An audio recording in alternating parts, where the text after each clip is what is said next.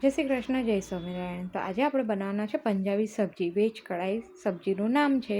તો બસ અહીંયા આ રીતે મેં મસાલાનું પેકેટ લઈને એને દૂધની અંદર સારી રીતે મિક્સ કરી લીધું છે અને અહીંયા અચકચરા જેવા મેં ફ્લાવર, વટાણા અને ગાજરને સારી રીતે બોઇલ કરી લીધા હતા અને અહીંયા મેં મૂકી દીધું છે તેલ। તેલની અંદર નાખી છે હિંગ અને અહીંયા મેં સમારેલા ડુંગળી અને કેપ્સિકમ નાખ્યું છે। એને સારી રીતે થોડીક વાર સાંતળવા દેશું। પછી આપણે એમાં નાખવાના છે બોઇલ કરેલા શાકભાજી।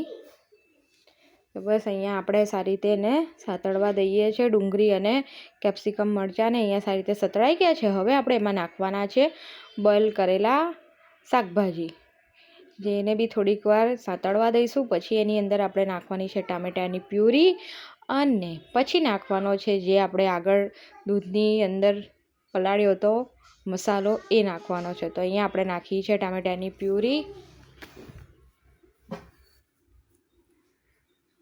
અહીંયા આપણે નાખી દીધી છે ટામેટાની પ્યુરી અને થોડીક વાર થવા દઈને પછી આપણે એમાં નાખવાની છે આ જે પલાળેલો મસાલો। તો બસ હવે આપણે એ બી મસાલો નાખી દઈશું એની અંદર।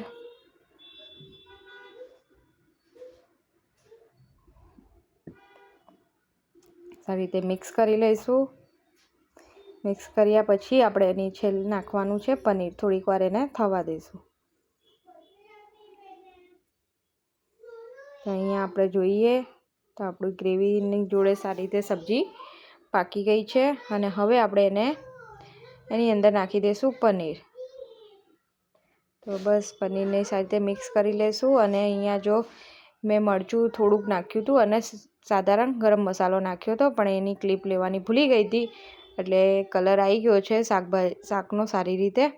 બસ અહીંયા મેં ઢાંકી દીધું છે અને અહીંયા આપણું સારી રીતે શાક ચડી બી ગયું છે। એકદમ ઇઝી રીતે બની જાય છે, જે આપણે બહારથી પેકેટ મસાલાનું આવે છે 45 રૂપિયાનું વેજ કઢાઈની સબ્જીનું, અને ઝટપટથી બની જાય છે ફટાફટ। જો અહીંયા આપણે નાખી દીધી છે કોથમરી અને એ દિવસે અમે ફૂલ ડીશ આ રીતની હતી।